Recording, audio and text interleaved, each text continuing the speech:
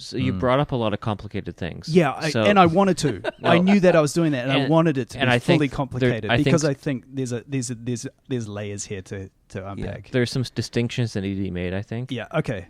What is reality? Okay, that's great. Right? That's great. Yeah, good question. What is true? Right. And what is somebody's perception?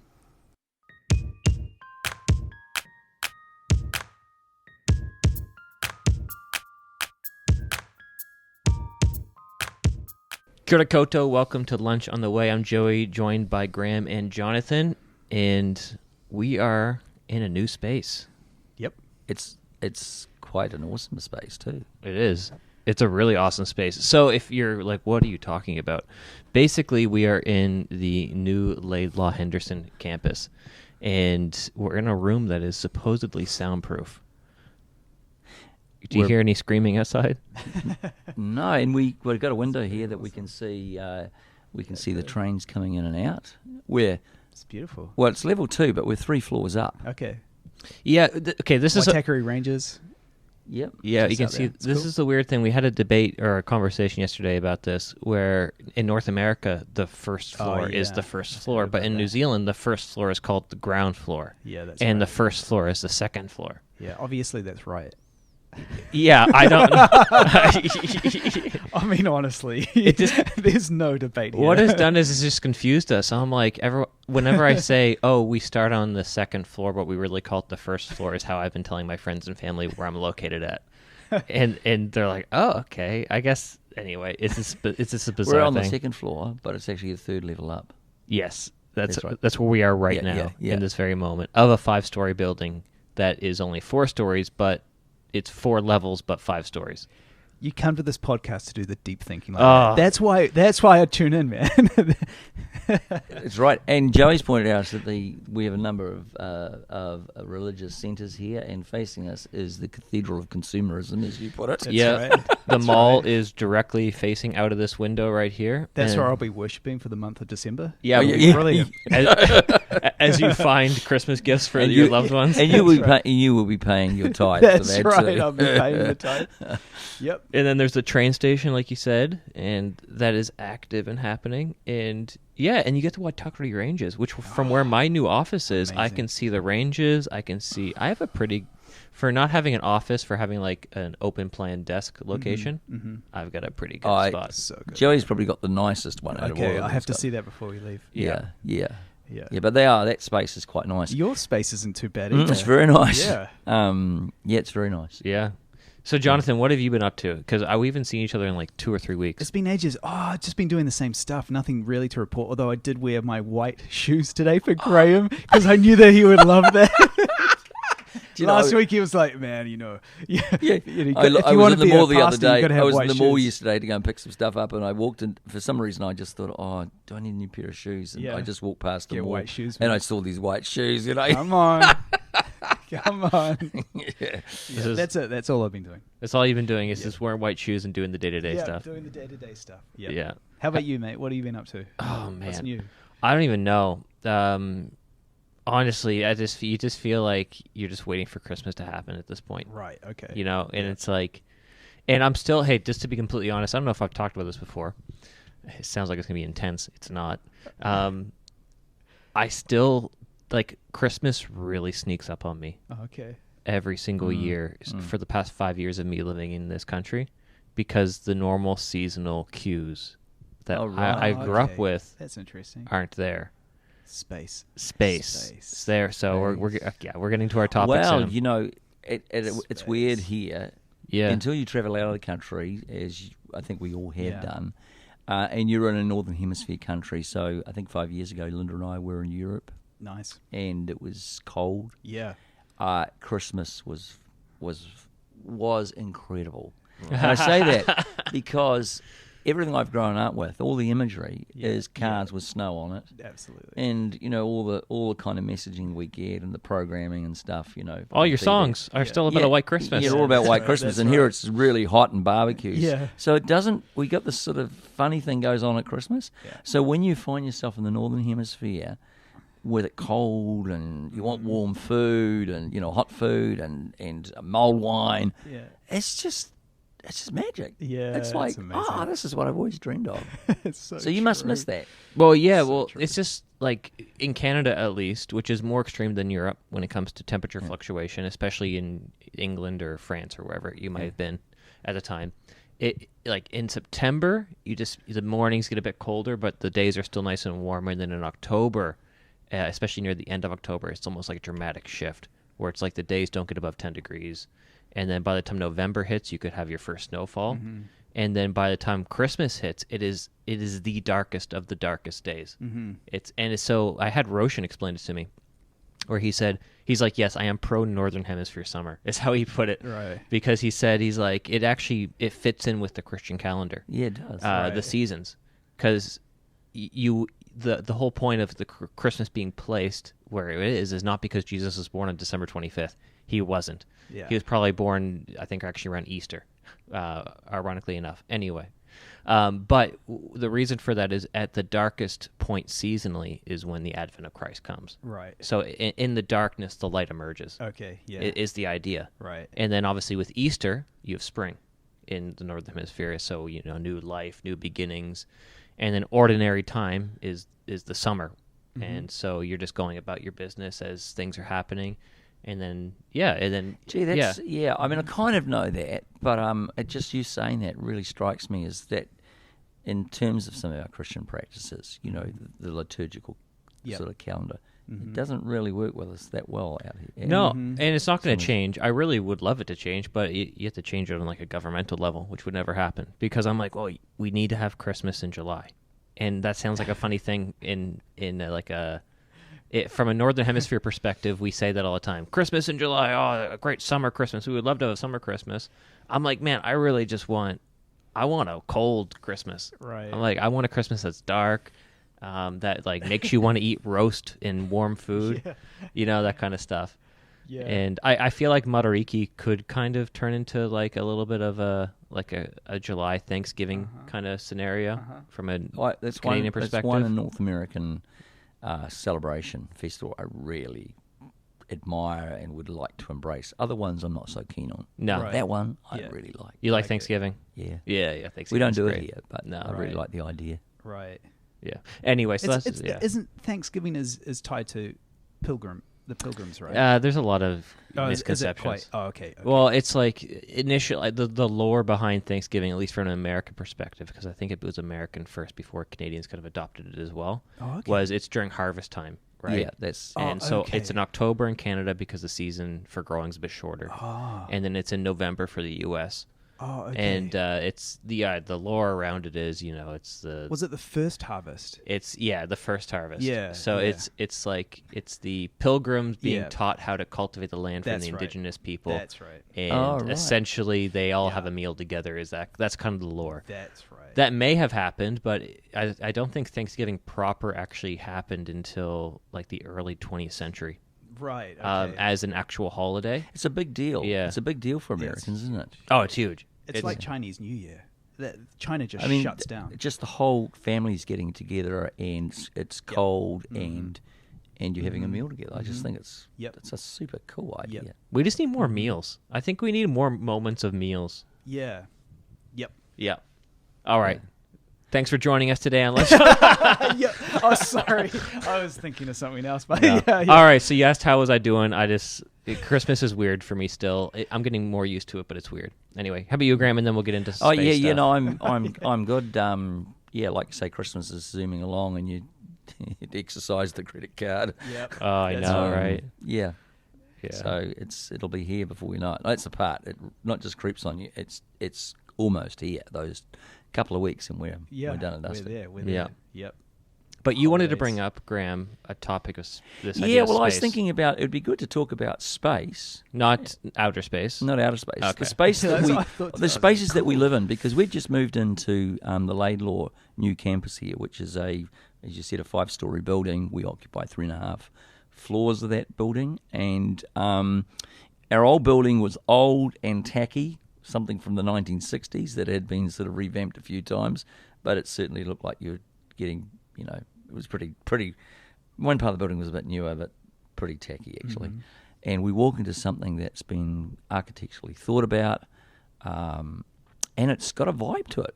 Yeah, it definitely feels It's different. Really, yeah. it's got a vibe to Yeah. it. So you walk through these rooms. There's the narrative, the story, the biblical story is carved. Well, it's not carved, but it's etched on the glass in terms of transfers on the glass. So you get these beautiful kind of motifs as you move through the building. So and Yeah. then the architecture, even in the ceiling, I said to Roshan, I really like that piece of architecture, and it says it denotes the tree of life. Okay. It's just good to the eye. Yeah. It's aesthetically attractive, which raises the question: just how important is space? Right. Does it matter? The space we inhabit. The space we inhabit doesn't matter. Mm-hmm. I think you already answered that question. Well, Why is yeah. it? Well, I was Okay, inviting. let's go to I was the next inviting. Why does sort it of matter? Why does it conversation matter? here. Why does it matter? Yeah. Why does it matter? Why does Yeah, it yeah, matter? yeah, why does it matter? Yeah. Yeah, you're right. And how intentional should you be about the space, and how much should you care about it? Because this is what I'm hearing. Right. Yeah. What that's I'm right, hearing that's right. is this is the I think I've talked about this in a previous episode or used this story, but basically there's an end of the church that sees the cathedrals and the abbeys and these massive structures that churches of the past built that were really expensive, and they look on that with kind of their noses Yep. raised a little bit, like how Yep. dare you spend so much money on something that has such little missional significance and value? Why don't you just put that money towards something else? But I feel like they understood something about space, like the theology of space and location and design. Yeah, and I think that's a good that's right. point. The notion of location, which you just reminded me of a conversation I had with a friend of mine who goes to a church and they have no building, and so there's a little bit of a debate at the moment. Do they get a building? Yeah. And he said, there's that view, we don't need a building. And I said, interesting, we don't? Because what about location, time, space, history, story? Yeah.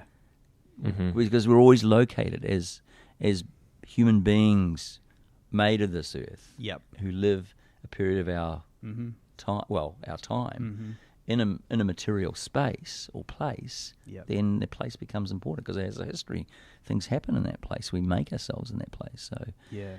yeah, I wouldn't discount the importance of a building. Yeah.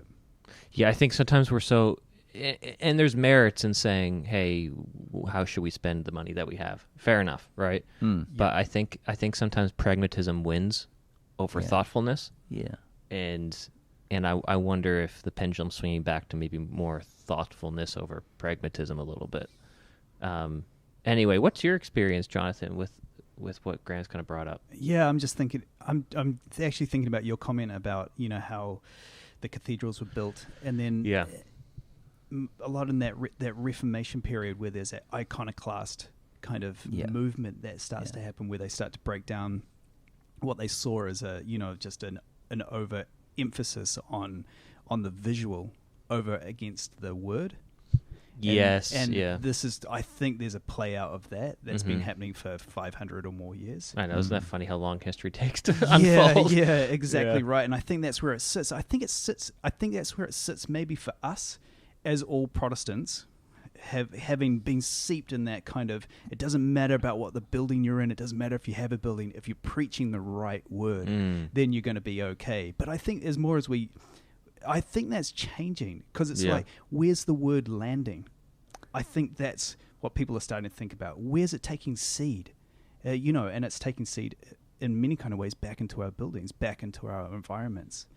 Okay, so God has made a good world. He's redeeming this world. Then we should be part of that redemption. We should be helping to make a great world too.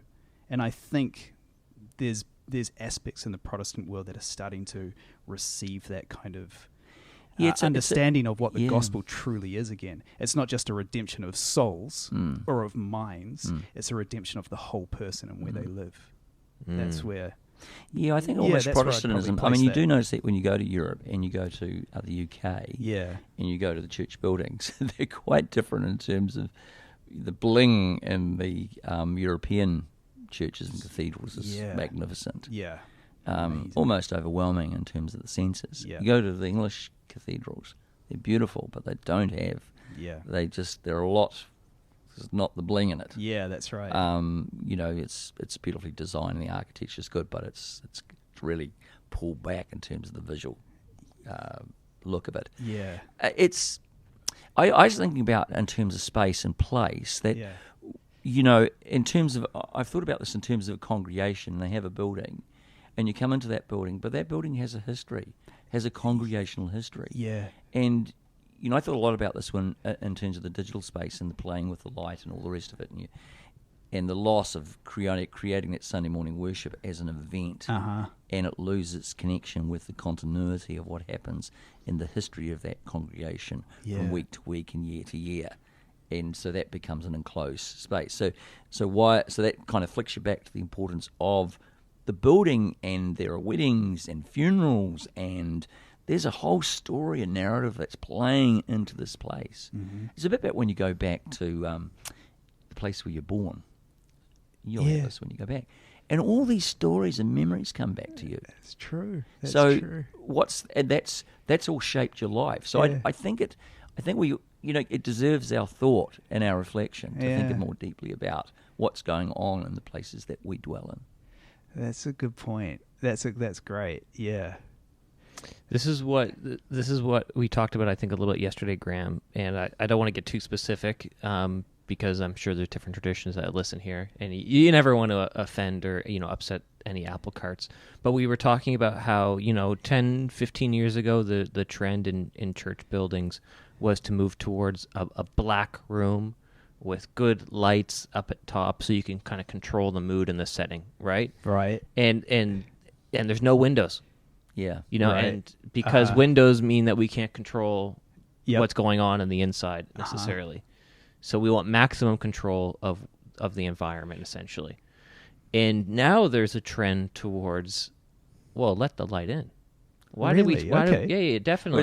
You think there's a trend? I that think way? there is. I think there's, at least from people my age and a bit younger, it's like, wait, what are we doing here? Okay. Like, why Wow. don't we have more imagery in the building? Why don't we let the architecture tell a story and not just be a black wall that looks good on camera? Yeah. You yeah, know? Right. And so I think the trend is switching, and I guess Why is that? Why do you think it? Why is there a move? Is it just Yeah, simply a it's a pendulum decision. swing, a pushback against? Oh, we've done it that way for a little while. Let's try a new way of doing things.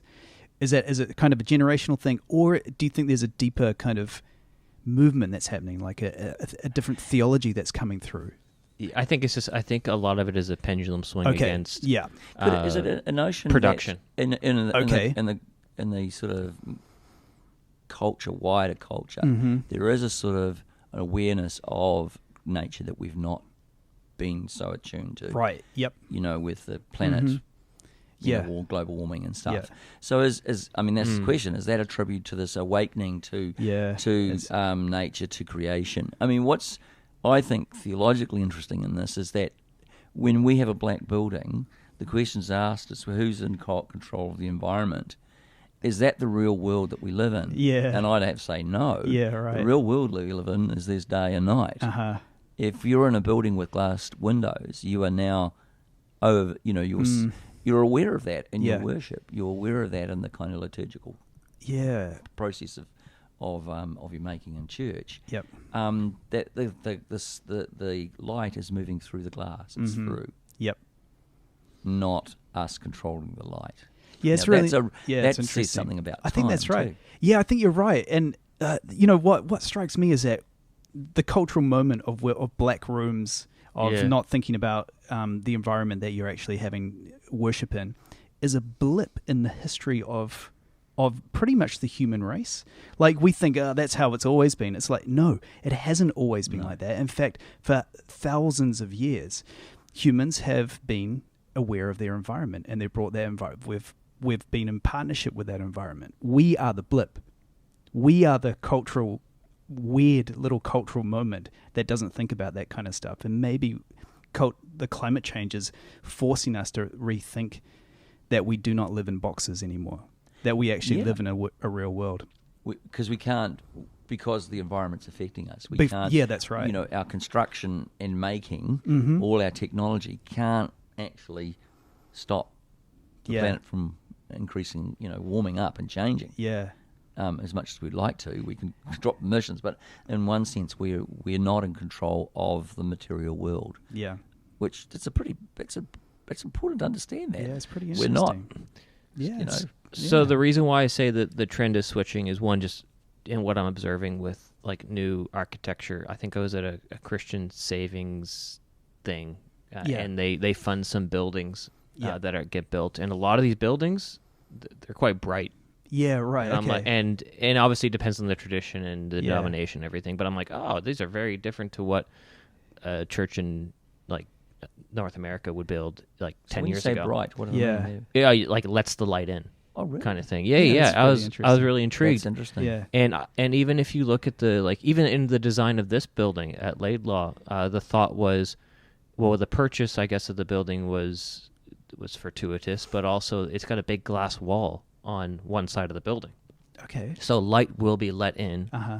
everywhere Yep. on one half of the building, and the thought around how do we get kind of this idea of nature into the building, I think was a thought, but how do we do it in a biblically appropriate way? Well, we are going to tell the story of the Bible using essentially artistic nature imagery, Right. spread throughout the whole building and placed on walls, and it's very well done. If you look at it, you can see the biblical story Uh-huh. using indigenous plant life and birds and all that stuff. And if you look at That's new interesting. and if you look at new buildings as well in the city, I think like 20, 30 years ago it was, more boxy, Mm-hmm. but now it's more open. Mm-hmm. It's Yep. it's more Yep. airports now have, especially I think where was I at? Vancouver. At the Vancouver airport, they have like an outdoor space in the middle of the international terminal. Okay. Like what? Yeah. So basically, it's a big hole in the terminal that's exposed to Yeah. the outside that you obviously can't leave for security purposes, but you get to go outside Yep. in the middle of the terminal. Mm-hmm. So it seems like everything is kind of leaning in that direction. Yeah. Of it being exposed more to the outside world, to nature itself, in our architecture and in our spaces that we inhabit. I think that's really interesting. Again, we are the cultural blip in this, because I think back to even the cathedrals that were built 500 years ago, longer, 700 years ago, that even the imagery is they carved into stone. They carved in birds, and they carved in vines. Even carved into the stone, they still had an understanding that they brought the natural world into the cathedral itself. Even those places are so dark if you've ever been into them, but they had the light that shone through the windows that lit up certain different parts of it. So Yeah, yeah, and maybe different- there's a reclaiming of that. Yeah. I wonder if to me though, the question is, what's the theology behind that? Like, what's the deeper? Yeah. Because I'd also want to ask that what led us away from that. Well, Is that's that still latently I mean, there? And have we dealt with that yet? I don't know. I'm trying to think, because if you look at, I'm just trying to think of the U.S. because they have the biggest buildings and the most iconic Sure. ones, right? Sure. And you look at the World Trade Center building. When was that built? Like the 60s or something, or 50s, somewhere in there, 70s, somewhere in there. Mm-hmm. It's just a big, like it's impressively tall, or was rather impressively Yeah. tall, but it really was like it was just a big brick building, cement, yeah. right? Yeah, that's right. It was, but now you look at the buildings that are built now, and then Uh-huh. the one World Trade Center, Yeah. or the new one that they put, Freedom Tower, Yeah. rather. Mm-hmm. It has angles. It looks Yeah, interesting. It looks different depending on where you're looking at it from. Uh-huh. It's all glass. Yep. It lets light in. It's very different, and Yep. that was the 40 years, essentially. So why?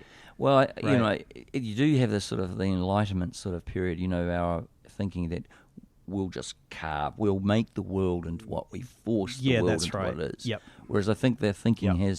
has shifted, where we work much more with that we can't just sort Yeah. of make the world work for us. Yeah, that's right. Or when I say the world, the cosmos, Yeah, yeah. the environment. Yeah. We need to work with the environment because we live in this environment. Yep. So another angle on this too is I It's think funny, eh? technology in terms of the development of communication technology. Yeah. So you have the invention of electricity, early 1800s. That revolutionizes, That's true. That's true. the ability to talk with us, the telephone, Yeah. all sorts of forms of technology. Well, it stopped light. Yeah, light. Exactly. Electricity gives us light. Yeah. So now you didn't have to go to sleep with the Yeah. rising of the sun Yeah, and the yeah. setting of the sun. You could Yeah. stay up later than Yeah. that because Yeah. you could, Yeah. that's right. You Turn on wake, the light. wake up earlier too. You could wake up earlier. Typically too. not though, because the sun sometimes wakes up before you. Yeah, now. yeah, that's right. Yeah. That's right. So at that point, we're already starting to get out of whack with Yeah. with the kind Yeah. of yeah. with the rhythms of nature.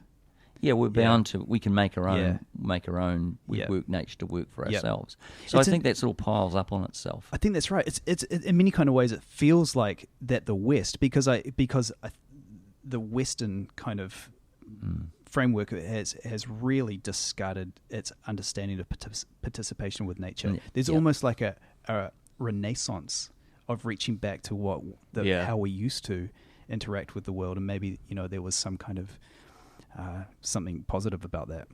Did you that know? we've lost? Tangent. I read somewhere Yeah, that there tangent. was that back in the day, before electricity, Yep. there would be two sleeps in a night. You ever hear Okay, this? Nah. You hear No, this, Graham? no. So they're looking at English literature of the 16 and 1700s, and they're Right. like, what is this second night that people are referring to all the time? And so the theory goes that you would go to sleep obviously when the sun went down, and if it was the winter time, you would go to sleep relatively early. True. And because the sun drops at like 6. Yeah. Right? So you go to sleep, and then you'd wake up at like 12, 1, Wow. and then you would get a couple, maybe do some chores, yeah. read by candlelight, Right. and then you go back to sleep until the sun got up around 7:30. That's so interesting, isn't it? And so you still get your full sleep, but there'd be two sleeps. So, in the first sleep this happened, in the second sleep this happened. yeah. Anyway, and that's gone now because of they think people who study this kind of stuff think because of Yeah. electricity and Well, that's convenience and right. all that kind of That's stuff. right. The funny thing is, we talked about the mall right at the Yeah. beginning of here. Yeah. Here's a dovetail. We, in many kind of ways, we've built an environment where we're just living inside the mall. Yeah. The lights are always on. Yeah. There's always something to distract us, and we just let's build a new shop, or let's just build a new building that is practical for us for the things that we love, which is consuming. And then suddenly it's like, you know what? There's a world outside the mall again. Interesting. When I was pastoring, we decided one year that we would do a sort of whole montage of photographs and Yep. put it into a PowerPoint. Yep. Christmas and all the different elements. So one of the exercises was to go into a mall and take photos. Right. So we started doing this and got told off. Yeah. No kidding. No, because you're not allowed to photograph. It's actually not the property of a public place. Oh yeah, sure. Gotcha. Yeah, and that was the Gotcha. part that interests me. Yep. You weren't allowed to use a camera course, that in the makes mall sense. because that's not a public place. Yeah, that's a good It's point. owned by the people of the mall. That's a good And point. they control the environment. Yeah. So my point is, Yeah, gotcha. it's very intentional. Yeah, They're controlling that environment. Right. Yep. So you definitely are in a cathedral of some sort. Yep. What I was going to say was, how did we get there? I've my reflection a little bit in terms of which I go scratch my head in terms of visual imagery and all that, which is kind of around space. Yep. You have 6th century. Yep. There's a bit of a controversy there. You have the controversy with the Eastern Church, and then they buy into icons. Yep. That's around 7th century, 8th Yep. century. Mm-hmm. And then there's sort of a lull, and then you've got the Reformation. There's a big bust up about icons. That's right. And Yeah. but we church get- buildings. Yeah, Yep. and then we hit the 20th century, Mm-hmm. and then we, and especially our own time, the late 20th century, Yep. 21st century, we haven't even thought about the use of Yeah. technology and light and icons and imagery. It's all just flooded in. Yeah, yeah. No theological reflection on it. So to bounce That's off right. of that and That's to connect right. it with your comment Yeah. there, Jonathan, you said that we brought them all here Yeah. in the sense of what? Can you reiterate that again? Well, Just no, to- I was just making a connection that that the whole kind of Western way of thinking is pretty much mall thinking, Okay, where so we just we completely change the environment to suit what we want at the moment, and Yes. and there's no participation with what is already there. true. It's just like, okay, let's just build a mall here. Oh, cut some trees down to do it. What do we love? We love consuming. We love bright lights. We'll build that, but not thinking that no reflection of like, is that what our bodies need? Is that what the environment? Is that how the environment's going to stay? Healthy. no thought about the greater the environments that we're living in. So to bounce off of that and to connect with what you just said, Graham, Yeah. about we haven't really even given consideration around the technological impact of the space that we inhabit. Yeah.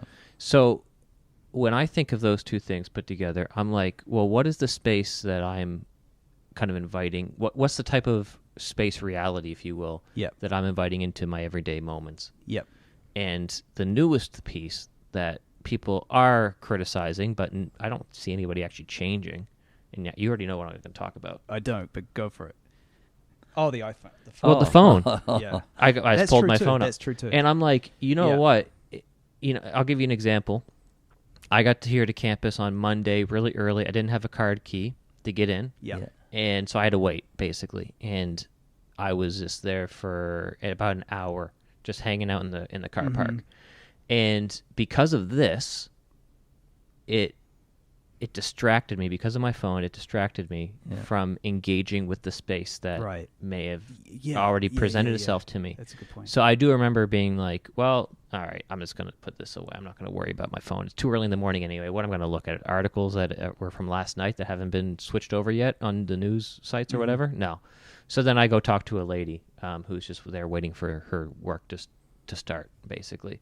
And we have a good conversation. But I'm like, if it was a different time of the day and I was doing nothing, what do? You pull out the phone, and that curates the space, essentially. Yep. Your phone is a space curator. That's right. Yeah. And and so theologically, what is that doing? We know what it's doing to us. It's attention spans, Yeah. potentially anxiety rising if you're on social media all the time, and but it's also a sense of the mall ethos Yeah, that's is in right. your hand.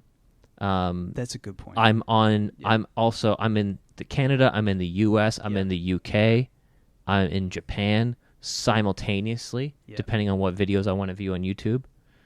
So I'm everywhere and nowhere at Yeah. the same time. That's true. So you've Yeah. been That's the space I'm in. you've Yep. become an angel. Wow. I know it sounds funny, but in actual fact, you have. You disembodied Yeah. You've actually disembodied your own body in its space, Right. and now you're in multiple places, Right. and can be in multiple places Right. at once. Yeah. I just want to get rid of my phone so badly.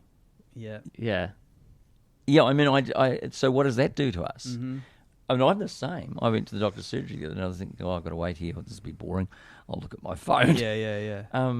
But I didn't give it much of a thought. But you're right. So I'm not really attuned to the location and time Yeah. and space that I'm in. Okay, so here's controversial question. Yeah. Go for You it. ready? Here we go. Yeah, controversial question. Is there a spirituality to the spaces that we're in? Do they shape us spiritually? So Yeah. And here I'm thinking about how Maori culture have a deep connection to their whakapapa Mm-hmm. Yeah. through the spaces, through the land that they stand upon, which we haven't brought up yet, and we don't tend to have as Pākehā have that deep cultural. It's more than cultural. It's, I've talked to Maori friends, and it's like, no, our ancestors are standing here with us now, and Yeah. how we treat this space will be how we're treating them, and what they have passed on to us. Yeah, fair And enough. so there's a huge Yeah. spiritual component to that. But then I think of, like, again, we are a blip in the landscape of humanity to think about our spaces unspiritually. You think about Japanese culture, you think about Indian culture, you think about Chinese culture. All of it has a spiritual understanding of the spaces that you're in. We don't. Why not? Because for the past 30,000 years, that is how humans have thought about their spaces. I think Why don't we do that? I think to say we don't is true and not true at the same Okay. time. I think because I'm just using myself as an example. Like Yeah. living here, it's growing, but I don't have too much of a connection to this place beyond just familial connection, Yeah. right? To be completely honest, because the environment is not what I grew up with. There's Right. no family heritage or Right. history here Uh-huh. directly within my bloodline. Yep. But when I go back to Nova Scotia, there's 400 years Yep. of family lineage Yep. that is traced within Nova Scotia Mhm. on one side of my family all the way through. And then even when I go to the UK, Yep. I'm like, ooh. And when I went to Scotland, I was like, holy crap. What am I Right. feeling right now? Right. Yeah. I'm like, Yeah. it's, but No, I've had you those know what? same And you've had the things. same. Yeah. Yeah. So it's less, and I do sense like a deep connection to the land and significance. And I feel like, I wonder if it's less of a, I guess, Pakeha or Western European issue, Mhm. and maybe it's more of an urbanization issue, because I don't think farmers and people who've been on land for generations and cultivating land have an issue with having a connection to the land necessarily. Because Yeah, where I used to right, live in the okay. valley of Nova Scotia, Yep. and it's a farming culture and farming land. There's like everyone in the community is. I had a sense of like they had a sense of like deep ownership over the land. Yeah. And not ownership as in property, but ownership as in like, this is it. This is where we are. Yeah. This is us. So what I you're guess- saying all yeah. this is it's rooted with narrative and story, Right, like yeah. story and history. Mm-hmm. My family was, grew up here. I mean, you've been to historical places, Yeah, yeah. and you're going, oh, this happened here. You're right. Yeah. This, Yep. even in our own place, you go to Yep. Taronga and Yep. Gate Par or Pies Par, and Yeah. you look around there and you're going, oh, that took place here. Yeah. Yeah. So there's that memory. I think that's the human, our human part. Yeah. Is this memories calling us Yep. into something significant? Yeah. And I guess I'm trying to even push further than that. Yeah, go because to farther. me, I think we're still talking just about history. Yeah. The sense of that, historical thing, Yeah. historical things have yeah. happened in this place. What I'm pushing for is the land itself spiritual, not simply material, Yeah. not simply a place where historical events have happened, but a seriously spiritual place. And the reason so come back to what we talked about right at the beginning about Thanksgiving, when the Pilgrims and the indigenous Americans sat down, and they were thankful for the harvest that had come. Were they thankful in the same way? Yeah, who knows? I don't think so.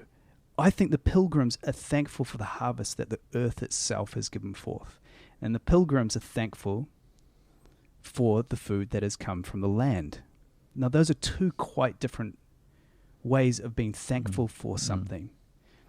The indigenous Native Americans have a completely different narrative and worldview to the Pilgrims that were kicked out of England because of the Catholic uprising. Protestants. Those are two quite different worldviews. That are packaged around Thanksgiving. Now, I'm just saying, when we stand on the land, especially with our indigenous Maori brother and sisters, are we seeing the land in the same way? No, probably Are not. they seeing it just as a historical place where historical events have happened? Or what I'm saying is that, are they there with their whakapapa, with their ancestors in that moment? It's a spiritual moment, not a historical moment. So you brought up a lot of complicated things. Yeah, I wanted to. I knew that I was doing that, and I wanted it to and be I think fully there- complicated I think- because I think there's layers here to unpack. There's some distinctions that need to be made, I think. Yeah. Okay. What is reality? Okay. That's great. Right? That's great. Yeah. Good question. What is true? right? And what is somebody's perception Okay. of reality? Okay. So when I'm thinking of what is true and what is reality, I can't help but go back to biblical moments of significance around land and memorializing land, if Okay. you will. Okay. So it's not that I don't care, it's just that you got to start somewhere, Yeah, right? okay, So I don't yeah, want yeah, to yeah. start Cool, cool. necessarily with someone else's worldview. Okay. I want to start with a biblical worldview. So if I'm doing that, then I'd want to go and trace a biblical theology of not land, because that's a bit easier, but of what significant moments and how those are characterized in the Bible. So I think of Abraham, Right. and I think of Moses, and I think of Abraham's sons. Uh-huh. When God showed up in significant ways, what did they do? Uh-huh. They built altars. Yep. They sacrificed For sure. on these altars. Yep. And when they crossed the Jordan River, the Israelites into the Promised Land, what do? They put up 12 stones, right, at the base of the Jordan to say for future generations will remember this. So the question there is, and I think it's a fair one, which you kind of brought up, is that a historical memorial? Yep. Or is that a pointing towards something greater than just historicity itself in the moment of God acted here? Is this place special? Yeah. Was it special before God acted? Yeah. Or is it special because God acted? Right. And is it special now because of the past? Yeah. I think that's an interesting point. And it's interesting because I would say, I think you're right. And there's this historical understanding of the land. We set up memorials. But to understand the Hebrew, and here is the biblical mindset, you turn to the Psalms. And there you really see how they understand the land. God, you have sent the rains. The rains themselves are spiritualized. God, you are the one that sends forth the harvest. So the earth itself tells us something true about God. It's where we meet God, in the land, in the soil. This is what the Psalms are saying. You were like a tree planted by the streams, whose living waters constantly give me life. They meet God and they understand God through the material world. What is reality? It's spiritual. Yeah. It's not simply physical and material. It's not just biological life. Biological life is spiritual life. And there I think we start to understand the kind of indigenous mindset over and above just simply the historicizing. Yeah, I think I know where you're getting Do you from. kind of get where I'm yeah, kind of because if you see history as kind of an object that I put there. Exactly. Whereas what you're trying to say right. is that, that you're trying to say, so I might have a history, my grandfather made this. Yeah. And that's a story. But actually there's something more. He participated in this piece of wood that lived in this forest here, and he participated, and I now hold that. And that's right. And maybe it's he built a tool, and it's made out of wood, a wooden plane, and now I'm participating using that plane. There's something deeply. Right. And it's not just history. That's right. And even further than it, it's like if I lost this piece of wood, it wouldn't be that history of my grandfather was lost. My grandfather would be lost. See, this is where I get a bit confused. I would lose contact with him because there's something about him that is bodied forth in what he has passed on to me. See, I'm like, that's where but it gets touchy here. It gets touchy. Be good, because this is the crux of it. This is the crux of like why we should take care of the material world. And I think this is the iconoclast. This is the issue of the iconoclast. We can get rid of that stuff, but still hold on to truth with a capital T. And what the iconoclast is saying, no, if we get rid of it, we actually lose truth as well with a capital T. So and this is where it's people like, okay, I followed you up until that point, but truth is something. Well, is truth something disembodied, or is it something embodied? Now we're getting down to the theological crux of what is the world that we live in. Before we're just playing on the surface, man. Like this is where is the crux of it. Symbols are not just symbols. Symbols. That's right. Are embodied. And so then you get into this sort of danger of where it gets touchy because we start looking for the history of what do you call it? What do they have? The word that we take relics. Yeah. The whole relic thing. Well, that's a good point. The whole relic thing. Yep. We've got this sort of the sand that Jesus walked in, and we put that in a bottle. I mean, this stuff was, for our listeners, this was a big deal. Massive. And still is. But 600-700 years ago? 100%, and still is. It still is. People, in Rome, there's still stuff. And let me just say that most of the Christian world, the majority of the Christian world, believe in relics. Right. Again, I think we have to point out that it's our group of Protestants who are not the majority of Christians who don't believe in that. The majority of Christians do. Why is that? Yeah. Yeah. These are the important questions. Why is that? I don't know, man. But I mean, this I don't know, does man. relate to space too. Come bringing it back Exactly right back to right. it relates Let's to come back to space, because space. then why have we made Laidlaw here? Why has so much effort gone into creating a space where we can live in and operate in? And this space will start to create memory and story as we participate together. Yeah. And it won't be just, oh, that's a special piece. It was what happens in that space as we make together, That's right. as we make community, Yeah. live out faith or making faith, Yeah. if that's the right way to put it. So it does matter, Yeah. even though we might have a sort of an uncomfortable Protestant view of Yeah. not putting too much weight on On the material world. yeah. Yeah. It makes us uncomfortable. Yeah. Yeah, but it makes me uncomfortable too, to be honest. But I think it's nice to get into an uncomfortable space. I think we just. Sometimes it feels good. Yeah, I think we just need to. We'll close in a minute. Yeah. I think because of time. I think we need to just define some things, because when you say spiritual, you might not be thinking the same thing I'm thinking. Yeah, that's right. You know, maybe not. like, yeah. because I'm not. You're probably not thinking like some Avatar deal where you like connect into nature. I would push into that space. Well, yeah, more so Yeah. than now, but not like a pantheistic kind of. Yeah, no, and that's where that's right. Yeah. It's not pantheism that I'm talking about here. Yeah, then that's where we probably need to. Exactly. But this is just bringing us to that exact questions. Yeah. Okay, Yeah. so Yeah. is God, is this pantheism? Okay, great. Let's talk about that and why it's not. Yeah. But this is just pushing us to those questions. Stop Yeah. pushing us, Jonathan. No, I mean, It's good to well, get no, it's there, good to man. push us, because I do think that the problem is that we've, broadly speaking, Yeah. generally speaking, we feel like we're in the world, but we manipulate it. It's what we can do with Yeah, it, yeah, rather than, it's philosophical, but Yeah. but actually participating in it and Uh-huh. working with it. Yep.